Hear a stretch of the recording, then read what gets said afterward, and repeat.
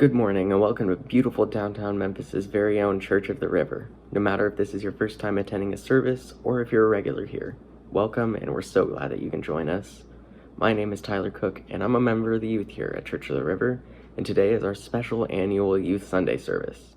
Today, the young people of this community will be hosting the service and doing everything from sermons to guided meditations to musical performances.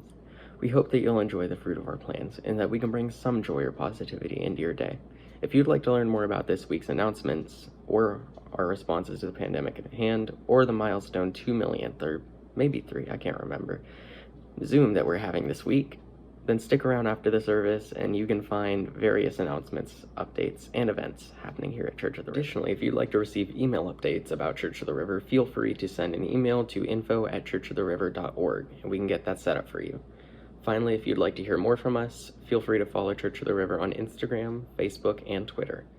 And now, without further ado, the Youth Sunday worship service will begin.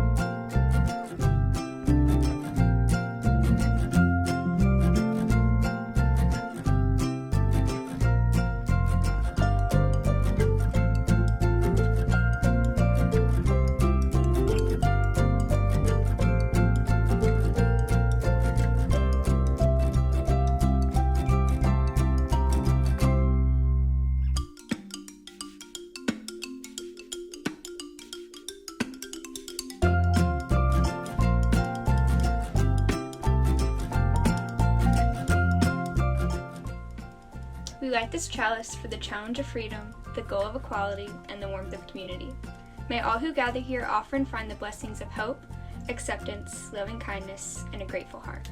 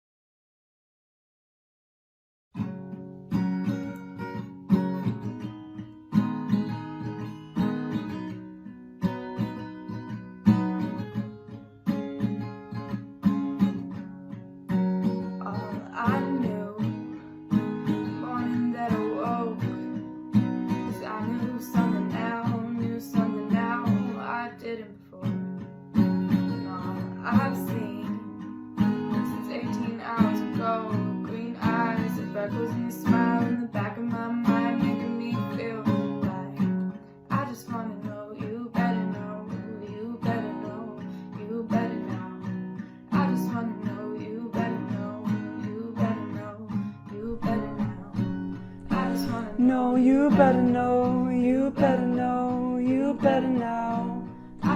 No, you better know, you better know, you. 'Cause all I know is you said hello. Your eyes looking like coming home. All I know is a simple thing. Everything has changed. All I know when you held the door. You'll be mine and I'll be yours. All I know since yesterday is everything has changed. And all my walls stood tall, painted blue. But I'll tear them down and open up a door for you. And all my days, they all feel the same.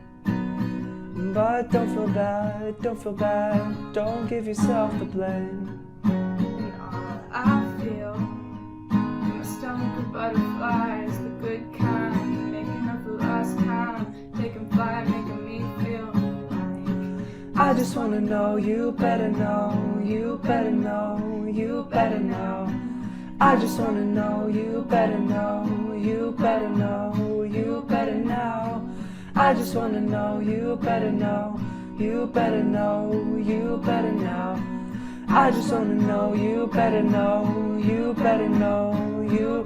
'Cause all I know when you said hello, your eyes looking like coming home. All I know is simple things. Everything has changed. All I know when you held the door. You'll be mine and I'll be yours. All I know is yesterday's. Everything has changed.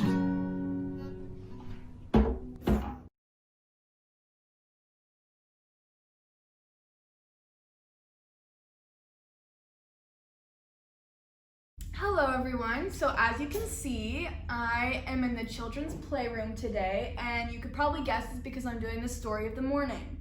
So all the people who are feeling young, who are young, would come down, sit at my little invisible step, and I can pretend that you all are here with me. The theme of this week, as many of you probably know, is strength.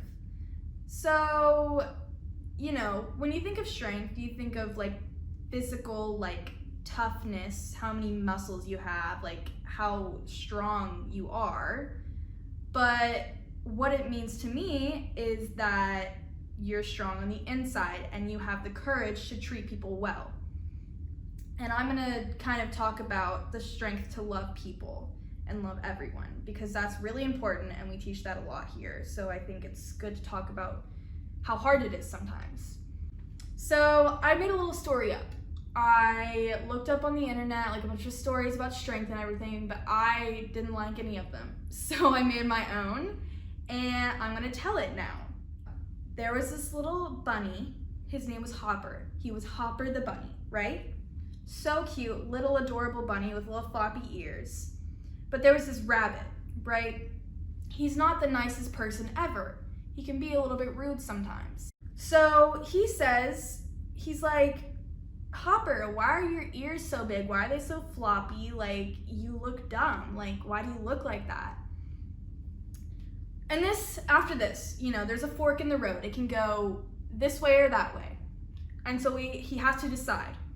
He can kind of go the violent route that produces more hate, and that takes absolutely no strength to do. It's the easy way out, right? But it produces more hate and puts more hate into the world, which is not a good thing. Or he can stand up for himself in a kind, loving way that shows the rabbit that that's not the right thing to do. And this takes a lot of strength. It takes a lot of effort to be nice to everyone, especially those who are not nice to you. But this brings love into the world. You want to receive love and you want to give love, no matter what the circumstances are, no matter who the person is. So he uses strength to forgive and love, making the world a better place, rather than using violence and making it a worse place and putting hate into the world. I know this seems easy, you've probably heard it many times before, but it's hard, to go in your day-to-day life and just love everyone all the time. It's not going to be easy. You have to work on it, and you have to continuously take your time and use your inner strength to show love to everyone, not just when it's easy. So yeah, that's basically what I had to say about the little bunny and the little rabbit. Now I'm going to virtually send you off to do whatever you want with your day, hopefully to bring love to the world, like Mr. Bunny did. You are beloved, you are important, and you are powerful. Go in peace.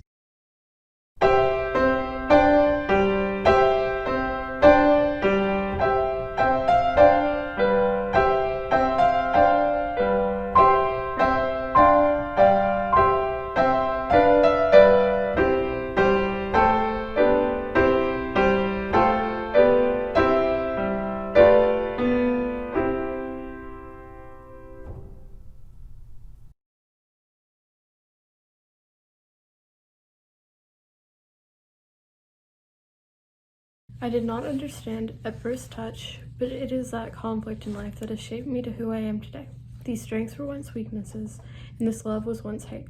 Being a caged bird has revealed to me the beauty of freedom. So if you wish to be successful, let yourself fail. If you wish to be loved, let yourself hurt.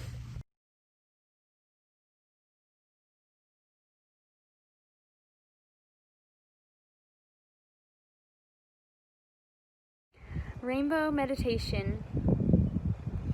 Get comfortable, close your eyes, and relax. Take a deep breath in through your nose and breathe it out slowly through your mouth. Now just breathe normally and relax. Imagine a big, beautiful rainbow in front of you. See all of its colors. Feel the colors. Imagine the color red is brighter than the rest, and there is red all around you. Breathe in the color red. Think to yourself, I am safe. Say to yourself, I feel safe. Now imagine the color orange is glowing brighter, and orange is all around you. Breathe in orange. Think to yourself, I feel my feelings stirring in my body. Say to yourself, I feel peaceful. Next, imagine the color yellow is glowing and is all around you. Breathe in yellow. Think to yourself, I am powerful. Say to yourself, I feel confident. Now imagine the color green is brighter and there is green all around you. Breathe in the color green. Think to yourself, my family and friends love me and I love them. Say to yourself, I feel loved. Imagine the color light blue is getting brighter and the light blue is all around you. Breathe in the glowing light blue. Think to yourself, people listen when I talk. I am a good listener. Say to yourself, I feel heard. Now imagine the color dark blue, also called indigo, is getting brighter, and indigo is all around you. Breathe in indigo. Think to yourself, I have a great imagination. Say to yourself, I see great things happening for me. Now imagine the color purple is getting brighter, and the color purple is all around you. Think to yourself, I am smart. Say to yourself, I am wise. Take one last look at your big, bright, beautiful rainbow and notice if you see anything.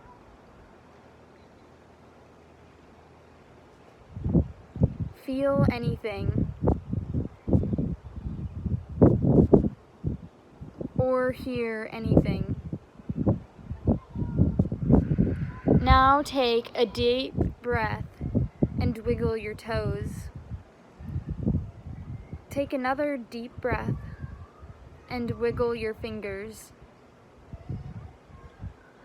Take one last deep breath and open your eyes when you are ready.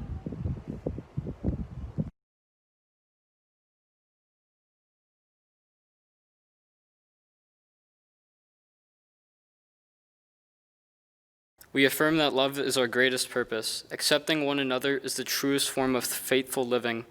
We pledge our hearts, minds, and hands to challenge injustice with courage, to find hope in times of fear. The world can knock us down, but it's important that we get up and keep moving forward. The most important thing we have is each other, so it's important that we keep each other close and keep supporting each other during this time. The connection with our families and friends gives us the strength to go forward, and we need to keep each other up in times of fear. No matter what happens, we will always have the people around us to keep us going, and that is the strength that we cannot forget.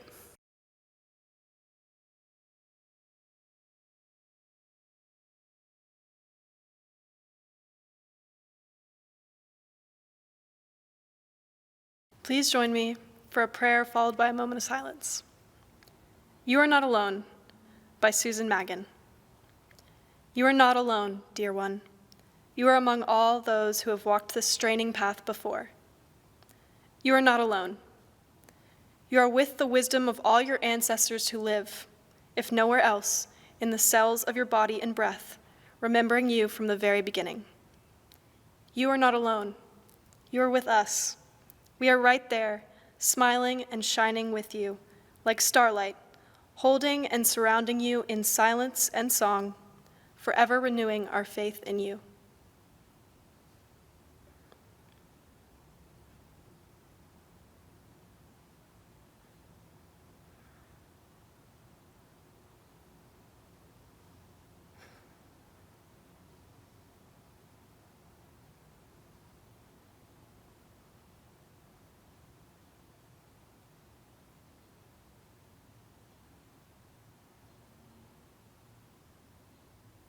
Amen. There are a lot of things that didn't happen this year for our high school youth group, but one tradition we can't let pass by is the awarding of the softball trophies to our seniors.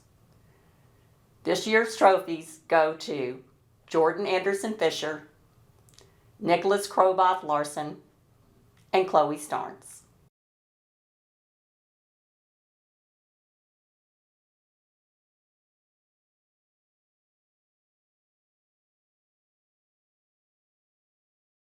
We have now come to the point in our service in which we invite you to support the Church of the River community and Greater Memphis community by following the instructions on your screen.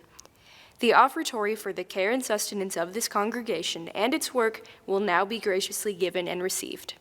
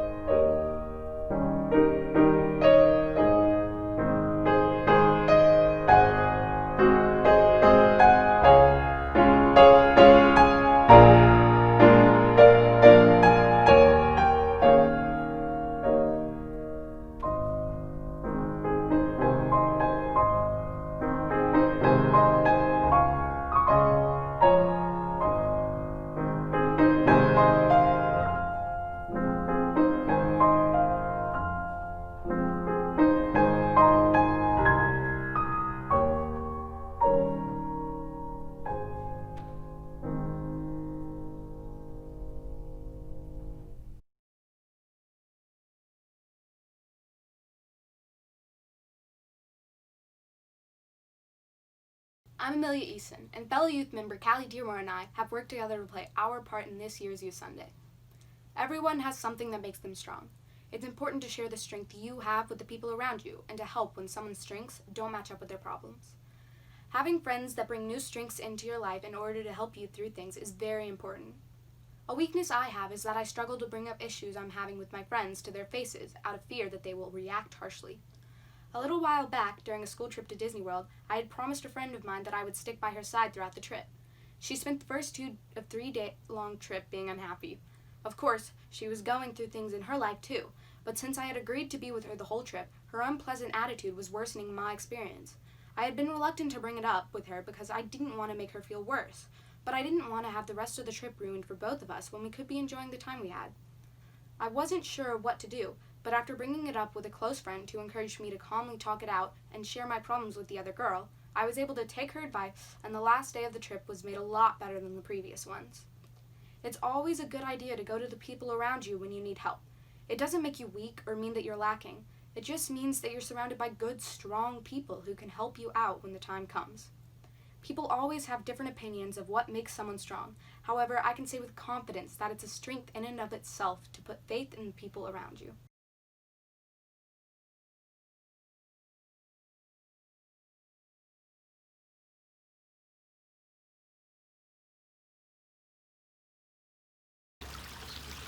bless these animals we love by Christine Robinson.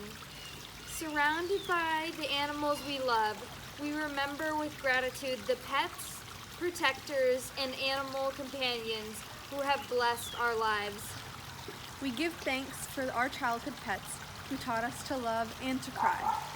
We give thanks for our children's pets who help us to teach them responsibility and relationship. And we give thanks for the pets who brighten our days and comfort our nights. Surrounded by beloved pets, we remember that many animals suffer. We remember that some animals are hunted or deserted or tortured or hungry.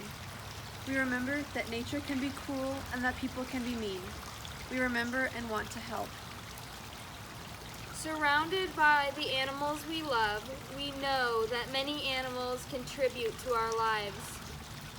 We give thanks for all those animals who help us. Worker animals who guard us and find our lost and guide the blind. The animals who provide us food and clothing, who tote our burdens and entertain us with their antics, and for animals who give their lives to help us learn.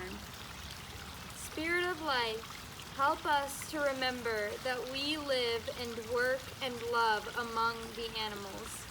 Help us to be their friends, to love them and care for them and protect them from harm, to thank them when we use their lives for ours.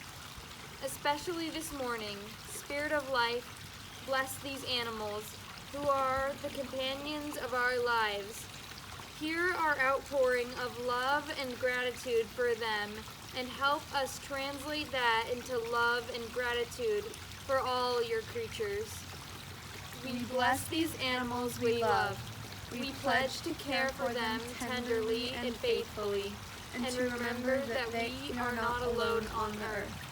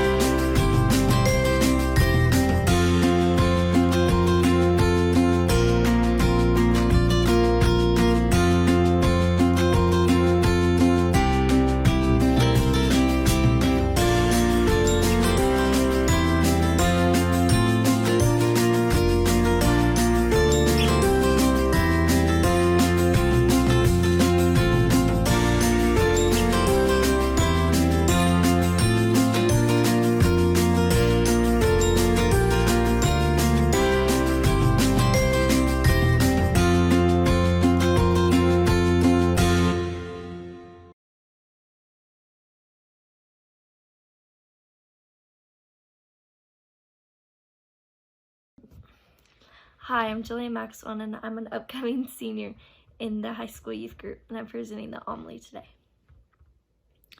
Nothing is the same. None of us are the same. And for that, I'm thankful. I'm thankful for the essential workers who have used their strength throughout this time to help others. And I'm thankful for those who have simply just had the strength to get through the day. With times like these, it's easy to fall into the trap of searching for every negative aspect of this struggle. But in order to search for the joys of this tragic situation and make the best of it, we must first find acceptance.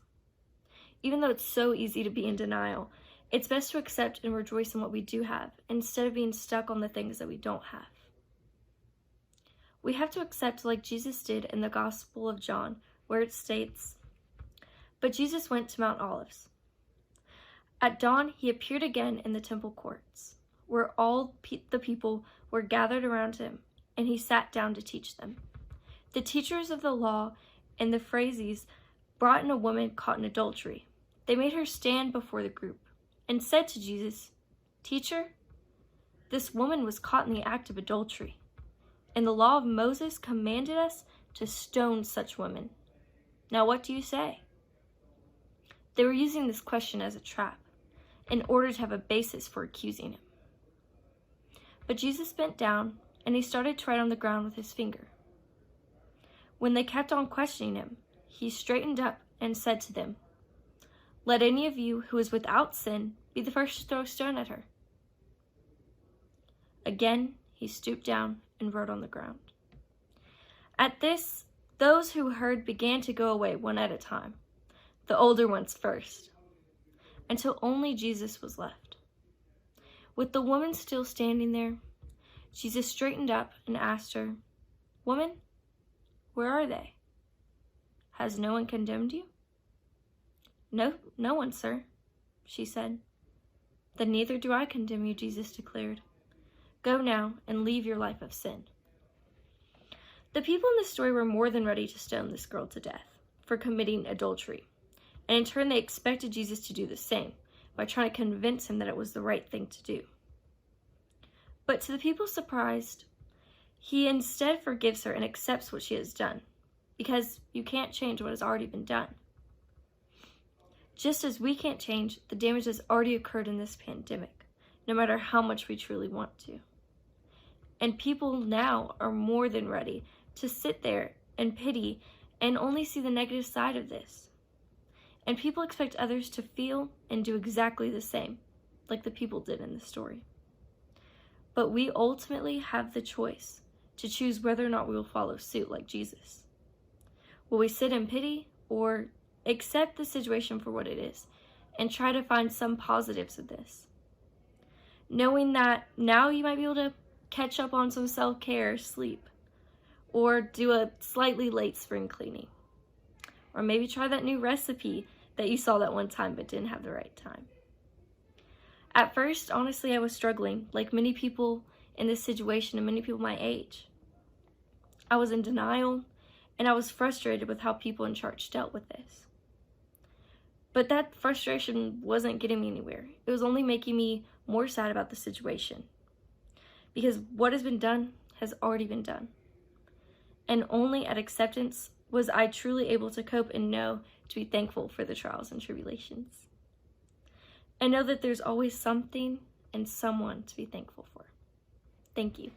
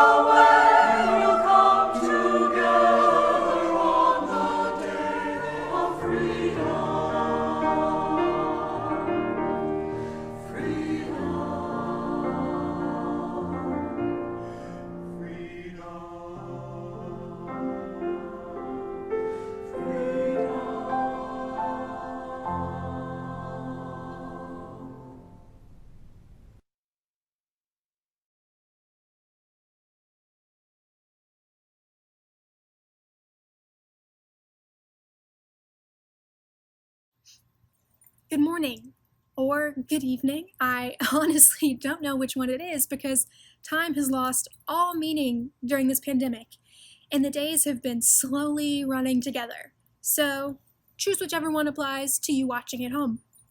My name is Chloe Starnes, and I technically just graduated from St. Mary's, despite the fact that I haven't had the actual ceremonies yet. Next year, I plan to go to Northeastern University in Boston, Reverend Sam's favorite place. I first fell in love with the city and Northeastern when I went with the youth group to Boston last summer. I immediately felt at home there, feeling the deep UU roots and history embedded within the city. I even know which new UU church I'm going to attend when I move up there. That is, if it's even open in the fall, because the coronavirus pandemic has put everything up in the air. This pandemic has shown our society's greatest weaknesses, but it's also shown us what true strength looks like. Before this pandemic, I thought I knew what strength was. In my head, I pictured strength as more of a physical quality, thinking of superheroes, athletes, and soldiers. But over these past few months, I've learned that mental strength and emotional strength are just as important.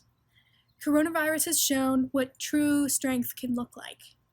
Essential workers going to work every day and risking their lives to help their families and to keep society moving.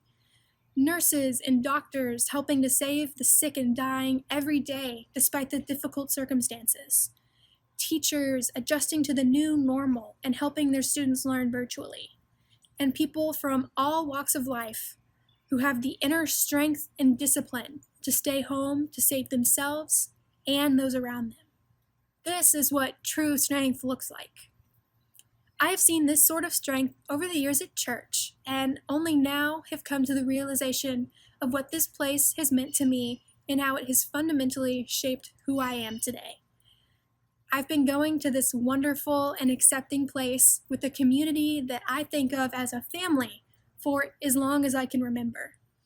Coming here on Sundays has always been a regular part of my life, and I miss seeing everyone's faces in the congregation, basking in the beautiful music from the choir, and finding peace while watching the Mississippi River flowing by. As I was writing this speech and reflecting back on my time growing up Unitarian Universalist, I realized that the Church of the River has been teaching me the many ways in which I can be strong my whole life. Throughout my many years of attending religious education classes, I've learned the importance of speaking up for not only myself, but for those whose voices are being marginalized. I found strength in my religion while living in a society that seems sharply divided by political, cultural, and religious lines. Through the church's continued interest in social justice and bettering our surrounding community, I've learned firsthand that strength is always helping those around you. Whether it was through trunk or treat for UNICEF when I was little, bringing gifts for the newborn babies at the Med during our annual Christmas candlelight service when I was older, or volunteering at the soup kitchen in recent years. I've also learned what it means to be a strong and caring leader by observing and learning from role models in the church. People like Reverend Sam, Cindy Sakan, Burton and Betsy Carley, Sandy Kozik, Jack Richborg, Pam Branham, Dee Dee Wyatt, Gigi Wishmeyer, Matt Holliday, and many of you watching who, although you may not realize it, have impacted me by just being a part of this community and by caring about me and my family. Coronavirus has revealed that the strength of our church does not come from the bricks and mortars holding our physical building together. Our true strength lies within our community and what we do as a community. Even though we have lost the ability to be in our sacred space, we are still able to connect and gain strength from each other. Going to this church has also taught me that we are only as strong as a society as our weakest links. Coronavirus and its far-reaching impacts have made these weak links terrifyingly more apparent than ever. Until now, we have been able to brush all the underlying flaws in our current society under the metaphorical rug of comfort ignorance and complacency. This is usually done by many privileged people in America, choosing to ignore the fatal flaws in our system, under the impression that since they are not directly impacted, they shouldn't have to worry. The apathy many people in our nation have is unnerving, especially when I see it in our government and its elected leaders. This is infuriating, given the fact that the government had every chance to limit the intensity that coronavirus has had. And when it first gained ground, our government was too slow to act.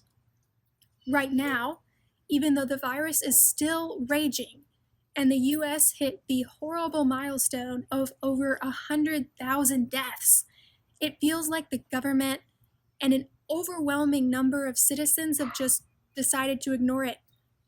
It's a decision that may haunt us well into the future. But I still have hope.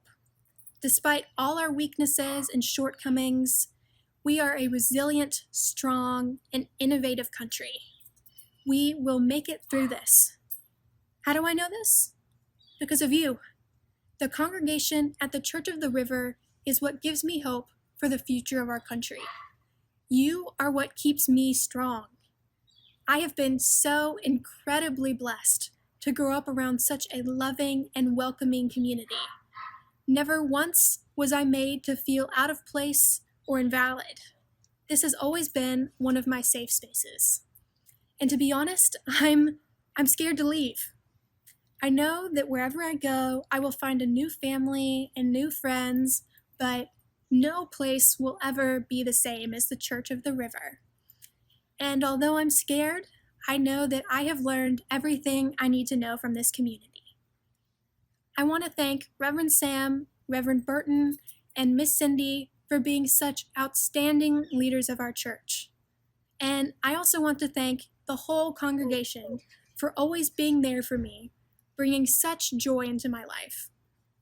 However sad I am, I find comfort in the fact that on every Sunday at 11 a.m., I know that the chimes in the sanctuary will still ring, whether you're on the river or online.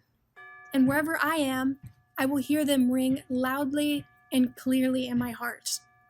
Thank you, and please stay safe.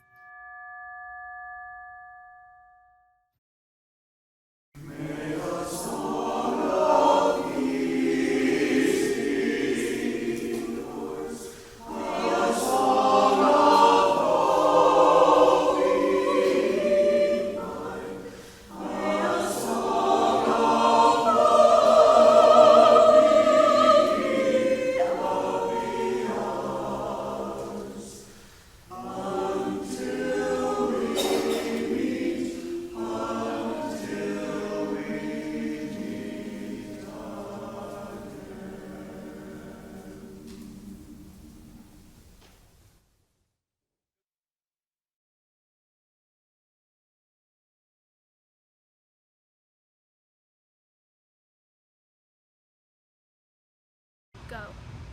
Share your love with open arms and an open heart. Share your knowledge with an open mind and a thirst for the knowledge of others. Share your creativity with a desire to spread ideas and be inspired. Share your hope with those who seem to have none. Share your strength with everyone around you and embrace the strength of others until we meet again.